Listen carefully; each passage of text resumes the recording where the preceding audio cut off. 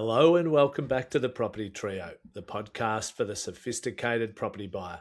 I'm Dave Johnston from propertyplanning.com.au, and joining me today are buyer's advocate Cate Bakos and quantity surveyor, tax depreciation expert, and enthusiastic interrogator of property data, Mike Mortlock. Jeez, it's like I wrote this intro. I love it. No, I was just thinking your intro was quite large compared to ours, Mike. Yeah, it's because my ChatGPT loves me and wants me to. Well, What's this ChatGPT you speak of? Be personal. So, look, today's episode, the new build rent penalty, who really pays for housing policy, is brought to you by Mike Mortlock and some data analysis that he's put together. What do you want to quickly tell us as at the start here, Mike, before we get into this episode? Yeah, well, this research isn't ChatGPT. It actually used lots of property data and an actual data science that we often do bits and bobs with. So you might have heard me talk about Kent before. Kent lives in Newcastle. He's a data science guy that's worked for lots of big firms like Archistar and those sorts of things. And every now and then we'll have a beer and we'll have a thought experiment and we'll think about gaps in knowledge and research and things that we think tell interesting stories about property data, and we turn that into some research. And so this is really plugging in the budget idea of like, let's just encourage property investors to buy new property, but will that actually fit the bill in terms of where people want to rent and what they want to pay, or what they can afford to pay? So maybe that's the elevator pitch. It's a good elevator pitch, Mike, and a good place for us to start. Now, I should also point out that you arrived at a 35-page report based on 180,000 rental listings. So, you know, and that was off the back of us requesting minimal preparation for a podcast episode. But don't worry, listeners. We're going to read every single line by no. We're keeping it light. Obviously, there's a lot of data to crunch, and breaks it down into different regions. But we can give the highlighted story because I think it is interesting. 100%. I love those white papers of yours. They're very clever. So I'm looking forward to it. Yep. All right. So let's jump into it, unpack it. It's obviously very topical because we're analysing the rental outcomes of new properties versus established. And obviously the government is incentivising all you investors out there to buy new. So let's look at some of the pros and cons of that through Mike's fantastic research, because Mike finds regression analysis very relaxing, and that's what he's done here. All right, so better than having conversations with real people, surely, Dave. Well, sometimes it is, Mike. Sometimes depends on the people. That's right. I'm sure we'd be having more beers and talking about different potential topics we could research if we lived in the same city as well. I think so. So the report, I don't think you've said this yet, is called the New Build Rent Penalty. And we've probably given a reasonable overview of what it entails. So let's start at the beginning. What was the question you were trying to answer? We've possibly almost already said that, have we? But not quite. Yeah, some respects. I mean, because we know the public policy is steering people away from established housing into brand new. The incentives to buy a brand new investment property over an established are massive. We've talked quite a bit about it already. But the issue that we have is that does that actually change the type of stock that will be available to tenants, and what will actually happen in terms of what they'll need to pay? We do know that new property often sells at a premium over established if it's got newer assets and facilities and it's brand new. It's got, of course, a premium appeal. Now we've got that premium appeal of the tax setting, but we really wanted to determine whether that premium also appeared in rents after adjusting for the obvious differences between the property. So that's what we were trying to do. So it's easy to compare the average rent of all new with the average of rent of all established properties, but the problem is that new properties might be apartments, where the established properties could be houses. So that's where the sort of regression analysis comes in. So we're really just trying to ask that question: when we compare like-for-like type properties, similar type and size in the similar market, do you actually pay more as a renter for a new property than an established one? Yeah. So in this instance, regression analysis essentially means comparing like-for-like style properties, new v established. Yeah. Yep. Good for our listeners to be really clear on. So tell us about the information that you used. Yeah, so there's about 180,000 residential rental listings across Australia between March and June this year. So what we fair number. Yeah.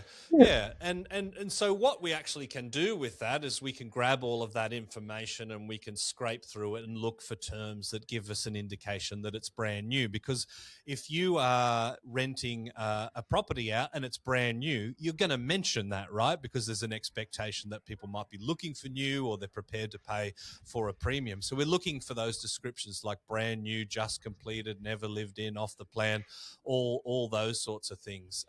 Cosmetic references like new carpet or new kitchen were excluded because you only really talk about that when it's a new kitchen in an established property. So the comparison was then tested using 4 different approaches. So looking at local medians, match comparisons, and regression models that would control for the property type. So that's the like for like sort of thing. So the controlled national premium consistently landed around about 3 to 5% for all dwellings and approximately 10% for apartments. So if you were kind of thinking this is an episode that's going to be Mike doing his data nerd stuff, just give me the headlines.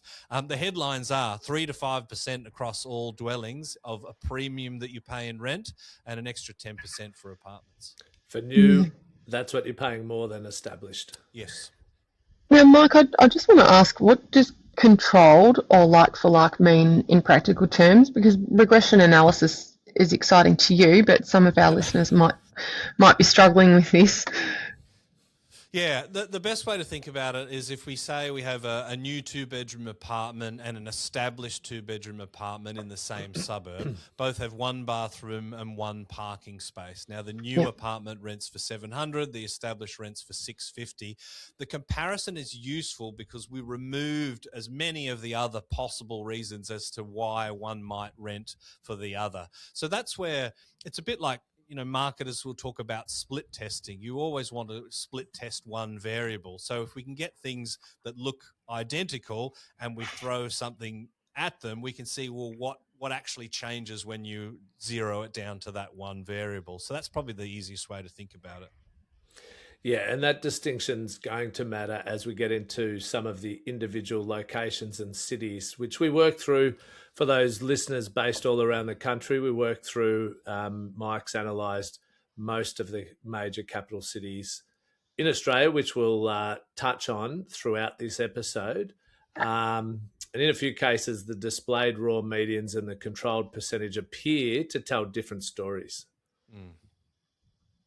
Yeah, so the local market could show that a positive controlled premium, even though the raw median rent for new property is lower than the raw median for established.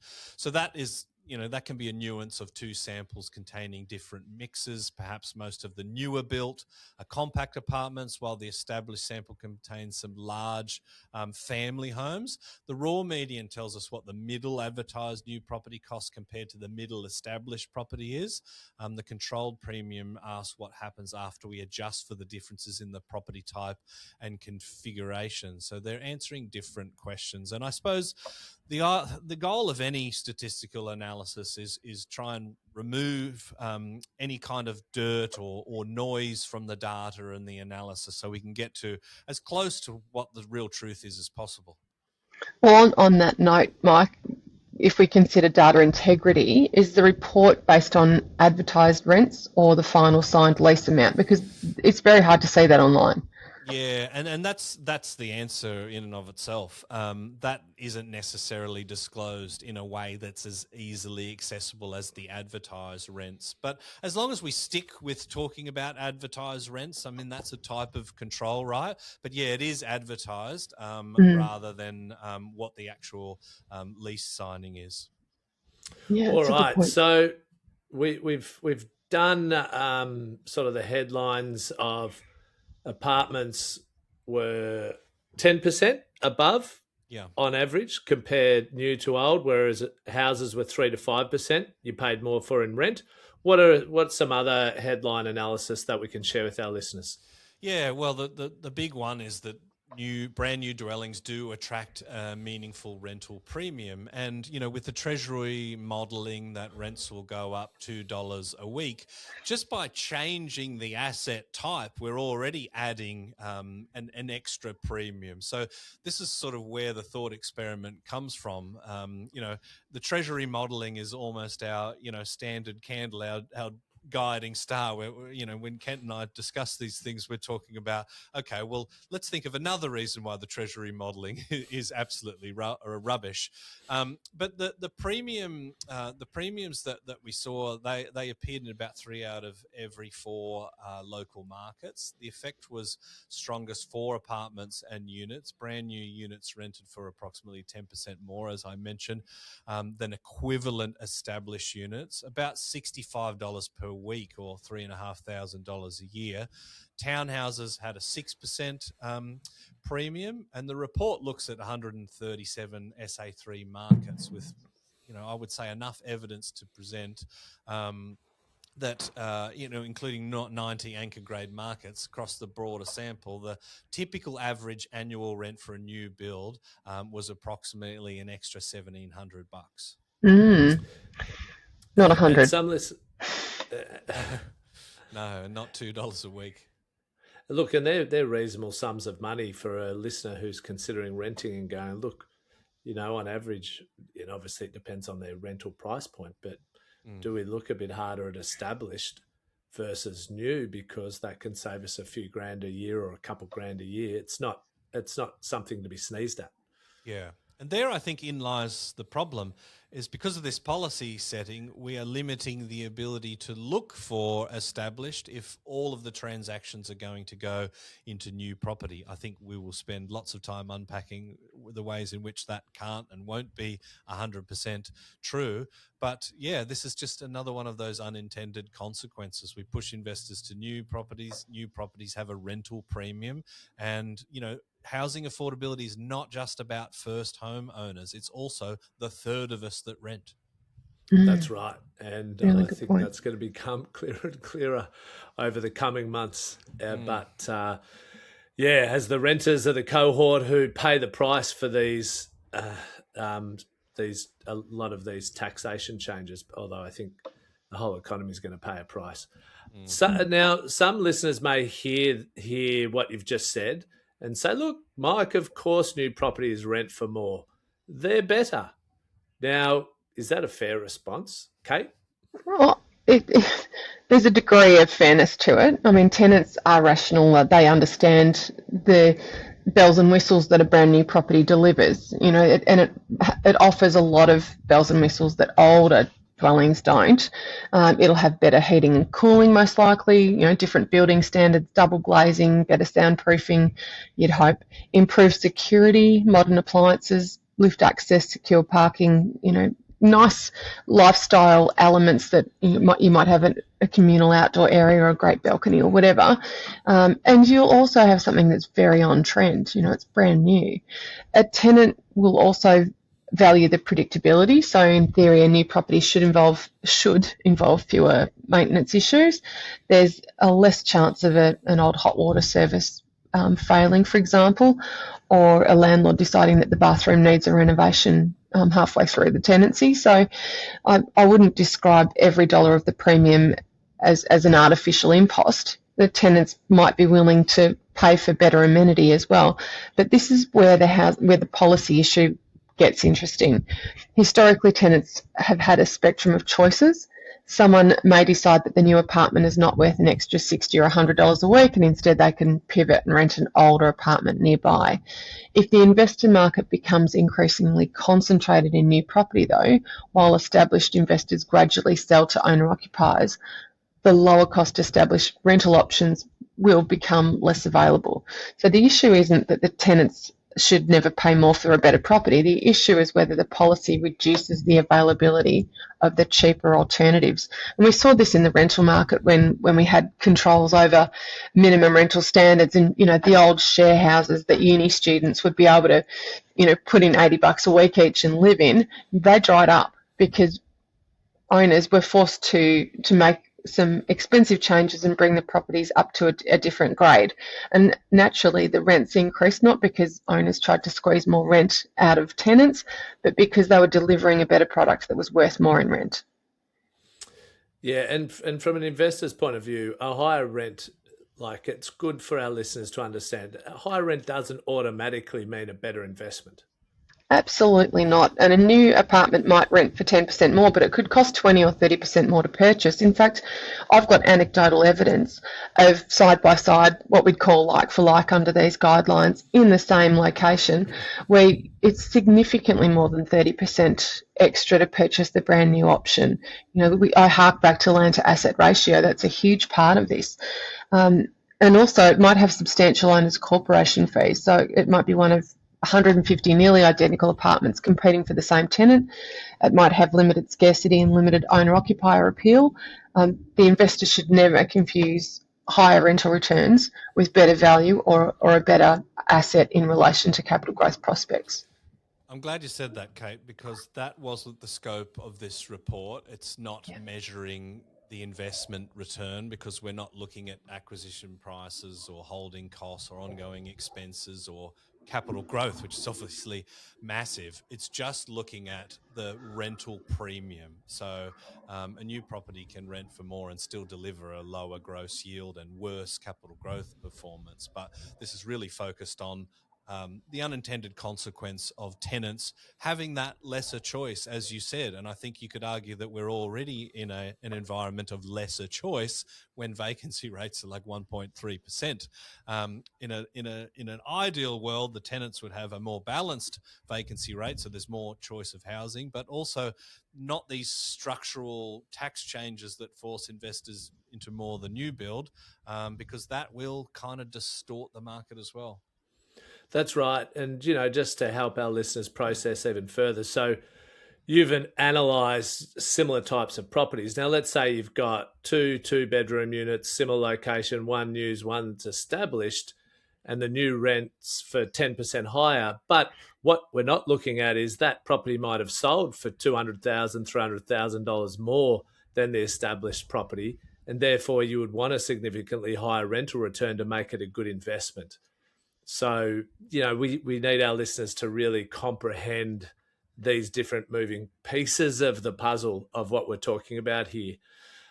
From a finance perspective, the additional rent helps, but it does not magically overcome a poor purchase, nor, does it necessarily offset if you're paying a higher purchase price and cover the extra amount you need to borrow.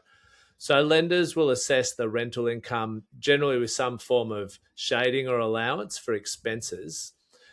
So, they might factor in 80% of the gross value of the rent, not 100%. So they're not necessarily going to treat every additional dollar of advertised rent as an additional dollar available to service debt.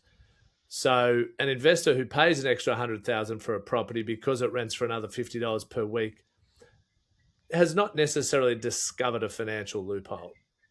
Yeah, particularly when part of that higher price might be marketing commissions, developer margins, incentives hidden within the contract. We're all familiar with those, and I'm not suggesting that every brand new property comes with these nasties, but a lot of them do.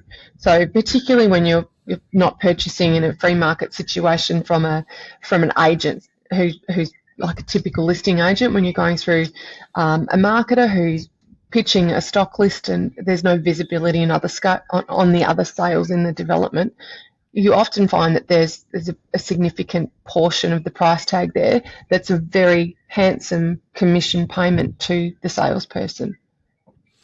Yeah, right. That's right. So let's now jump into the different capital cities and see the outcomes because there were large differences. So we'll start with Sydney, which had the highest median like for like premium paying extra for a new property versus established when it comes to rent in the report. Mm.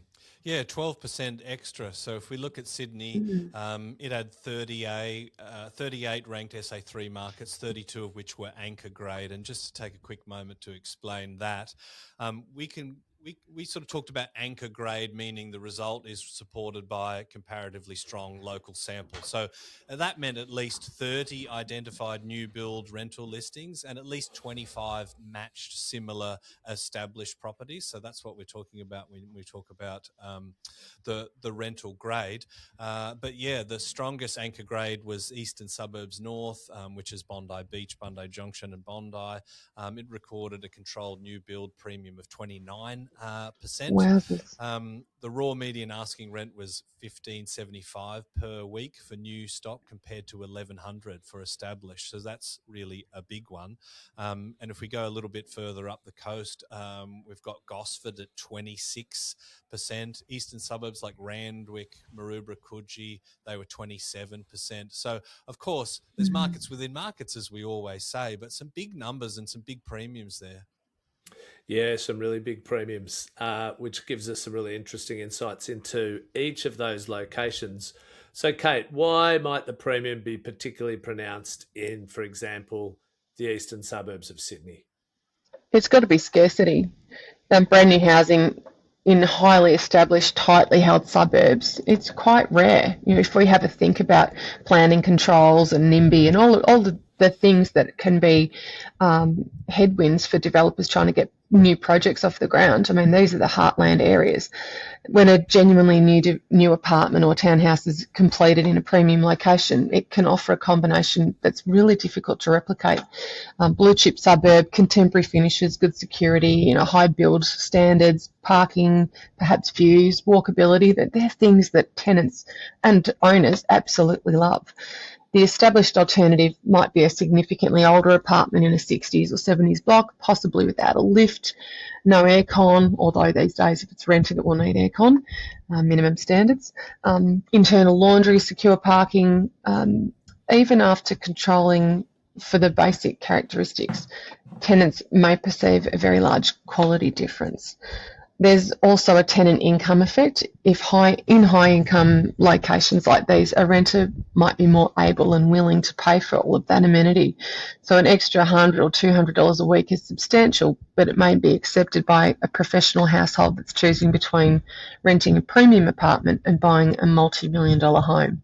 Yeah, that's a really good point. And the economics of the location and the development environment really matter. Like Sydney's obviously an unusual city in Australia, and you compare it to regions, it's completely different. Producing new housing in established inner and middle ring Sydney is exceptionally expensive. The land is expensive.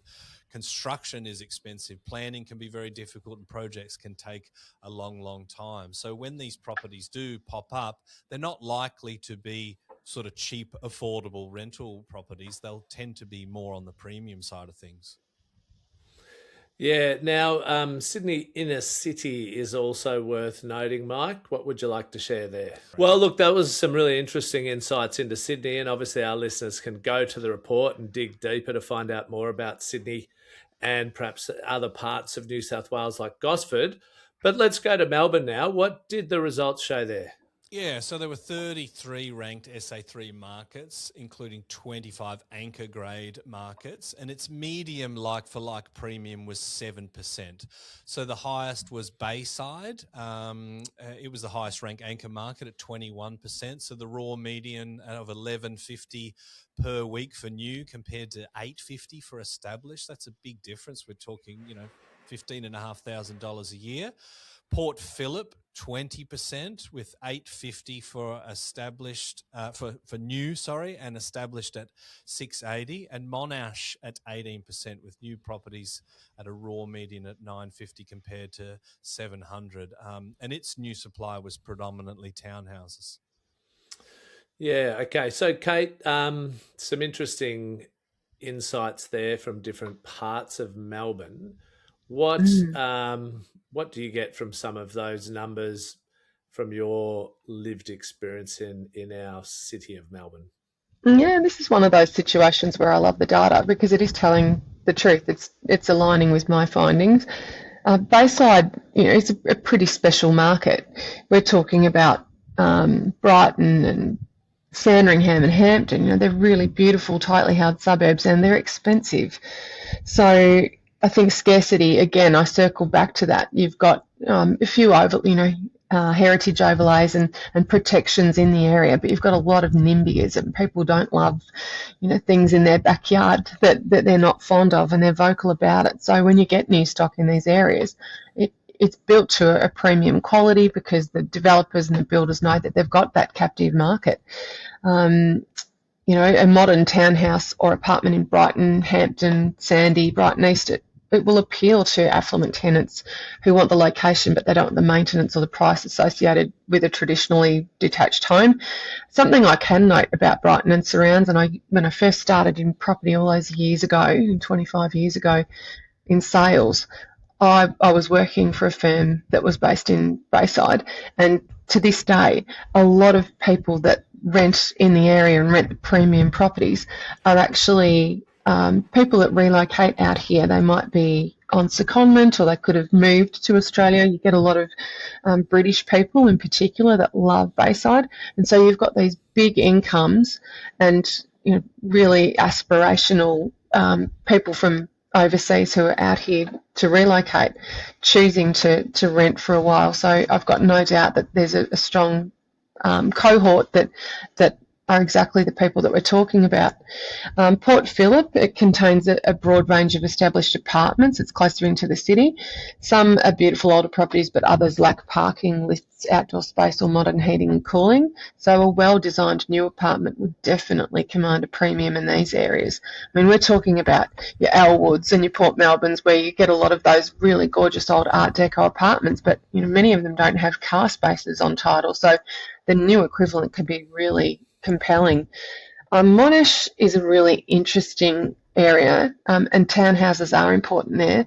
Monash has attracted a lot of overseas arrivals, particularly Chinese community, who really have gravitated towards the new builds and quality townhouses. So if you're looking at, at family living, which you often are, and maybe older couples who want a large and prestigious kind of townhouse as opposed to a higher density property, they'll definitely pay the premium for such a product.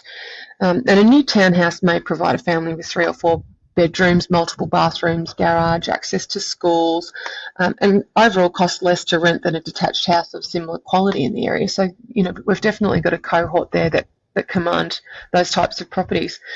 I think at the end of the day, the tenant's not merely just buying newness, they're buying a particular housing format that is underrepresented in the established market in that particular area. Yeah, and so could this also tell us something about the type of new housing that we're producing in Australia? I think so, and you often talk about the difference in house versus unit makeup in places like Perth, for example. So composition differs significantly. Like Sydney's inner new supply is heavily apartment based, whereas Perth and Adelaide more dominated by houses. Parts of Melbourne are producing townhouses. So the policy consequences will vary depending on that makeup. If the incentive produces more apartments in inner Sydney, the relevant premium might be around the apartment result. If it produces detached homes on Adelaide's fringe, the premium might be smaller and the supply response could be a little bit different. So I think so. I think there's some interesting stories to dive even deeper on. Now, Brisbane had a lower citywide median premium for new v established rent. than Sydney and Melbourne, but there were still some striking individual markets. Yeah, and I suppose I'll make this report available to everyone. So maybe I can do a quick, rip around the country, and be keen to get your insights as housing experts as well.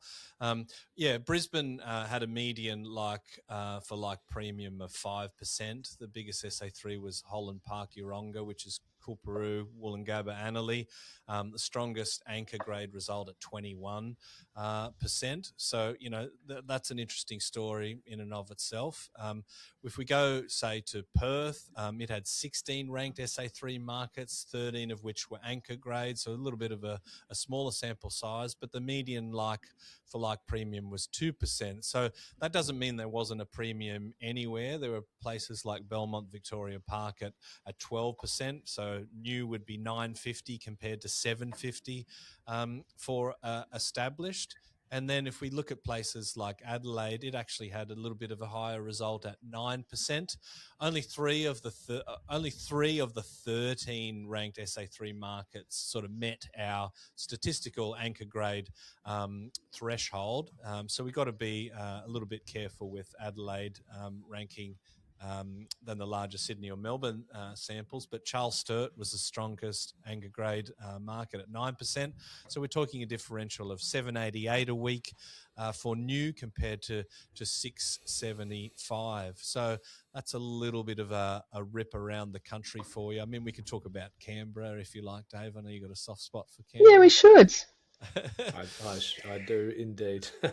So it having had been born there, lived there for 10 years. Yeah, made in Canberra. And was the sample size for Hobart just too tight, Mike? Yeah, Hobart had a little bit more of a challenge than other areas. It's a much smaller market. I mean, even with Canberra, it had 5 ranked SA3 markets, but only 2 anchor grade markets. So it recorded a new like-for-like premium of 6%. So North Canberra recorded an 8% controlled premium. So new stock is 85% apartments and units with a raw median of 700 compared to 650. And of course, in the report, you can see a little bit more nuance into some of the different areas as well. Are there any takeaways there, Kate, that you'd like to share, whether about any of the cities, but maybe even more so about some of the different considerations we're starting, I guess our listeners should be considering when it comes to new v established, the rental differentiate, and what are some of the other layers that people should factor in here? Look, I've got a couple of points here. I'm loving all this data. And I know that Mike's mentioned this in the report, but there will be some cities or SA3s that have a median age of a property that's a lot lower than other areas. So what I'm trying to say is where you've got high density developments that have taken place in the last, let's say, 10 years, you might have a suburb that is home to a lot of newish property, even though they're not brand new. And a tenant won't pay more for a brand new property than a 2-year-old property of the same product. For them, new is new, unless there's something really incredible and unusual about the new build development. You tend to find that the bells and whistles are pretty similar, whether it's brand new or it's 2 years old. So that's evident in the data, particularly when you're looking at cities like Brisbane, for example, that have had enormous rates of apartment builds in particular segments of the city. So from a data integrity point of view, they're the considerations. But what I will say is, if we're putting on the investor cap and thinking about the benefit of higher rents in these brand new properties, we still have to take it back to the question of capital growth and whether something is a good investment in its own right. And we can't acknowledge the elephant, and we can't overlook the elephant in the room, which is the fact that the value of the new build for the first investor is potentially higher than the value of that same property for a second investor, because you're not getting the negative gearing benefits when it's secondhand. And I think that's what everyone needs to bear in mind. You might be paying a premium for this property because you're getting those tax benefits? Yeah, so look, for me, one of the most important things investors that may misunderstand about buying new properties, what you just touched on, Kate, it's only new once. So, once they've owned it for a day, you now own an established property. So you might be receiving a rental premium from that first tenant, but after that, you own an established property that is aging, and it may be competing for every future tenant against what will be new properties. And they may be very similar properties built nearby. So investors need to ask, how quickly could that rental premium deteriorate compared with an established alternative? You might receive that 10 or 20% rent more initially, but have you also paid a 10 or 20% premium to buy the property or more? And you've got to actually then really be comparing yields. And the yield is the percentage of the rent relative to the value you pay for the property. That's what you really should be looking at. 5 or 10 years later, your property might be producing a similar rent and have a similar value to the established property you originally compared it with. Now, we've done analysis on properties. We've done presentations with two properties side by side and showing how this plays out over 5-10 years and how they start to align. But you did start, the owner of the new one paid a premium for it. So this does happen in the real world. And that's something that, as an investor, you have to really be looking out for. Yeah, it's a good point. And I shared some modelling with Kate a little while ago where I was sort of looking at an 800K purchase of an established versus a new one. And over a 10-year time horizon, of course, you have to make assumptions about the yield and the capital growth. What I was trying to work out was, like, for an after-tax position, how much more has that established property got to grow? And it's around about 1.2% over that time horizon.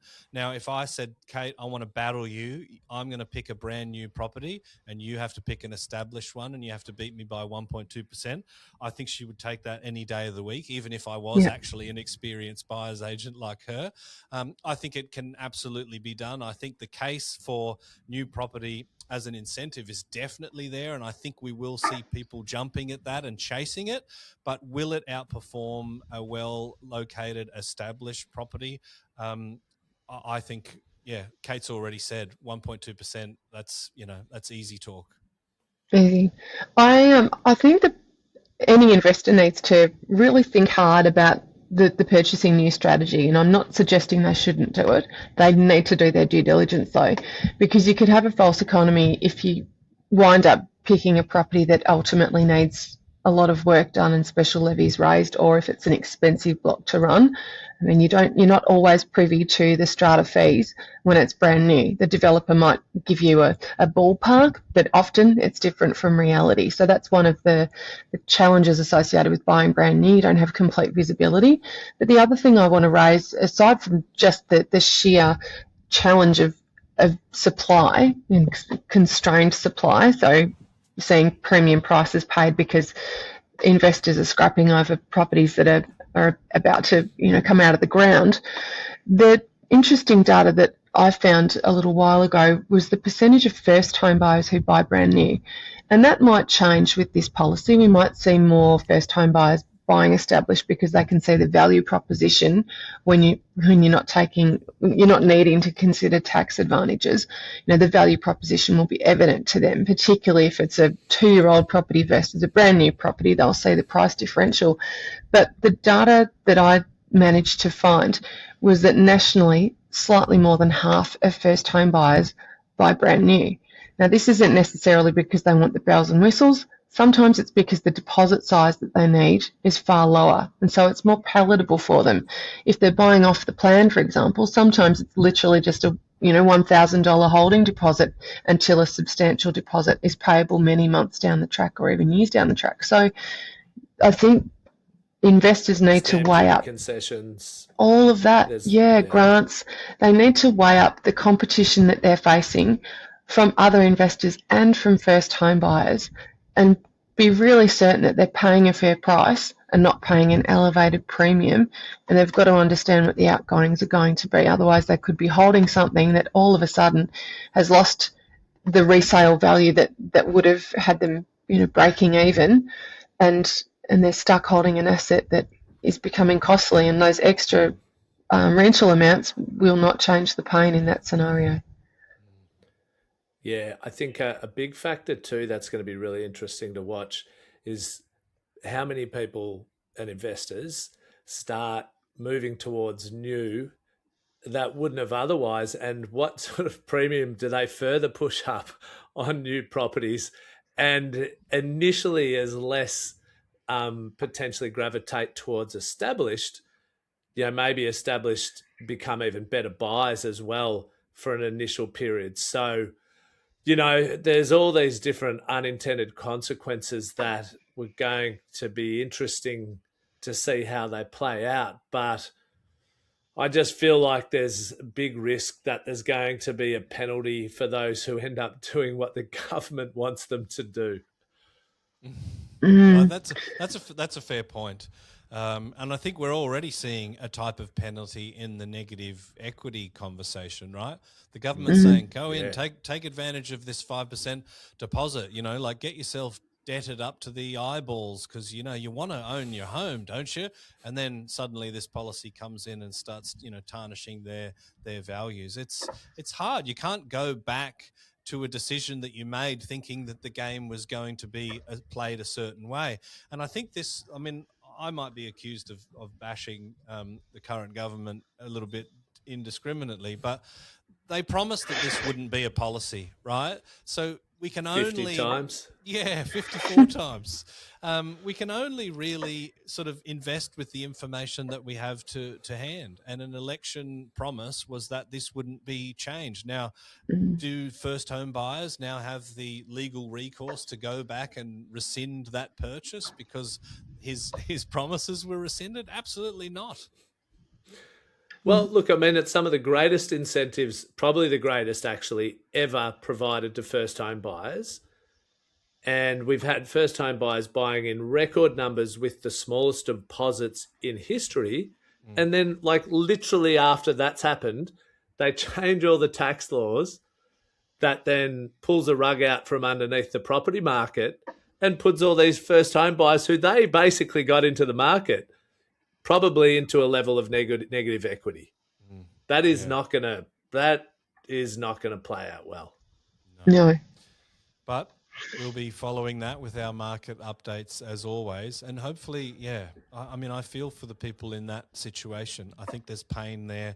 I think there's going to be pain coming for renters. I spoke at the Real Estate Institute of New South Wales's property management breakfast in Sydney this morning, and they're all very, very concerned about the anguish they're going to receive from tenants, and many conversations were had about the potential for huge increases in homelessness. So this isn't just a silly little tax legislation change. This is a fundamental change to the way housing works that will have some human consequences to it. And we haven't even talked about the consequences if things are repealed. Imagine all these investors that have piled in buying brand new. Yeah, and look, even some of the flow-on unintended consequences, which I think we could all see very early on, they're starting to be seen by, I guess the mainstream or the corporates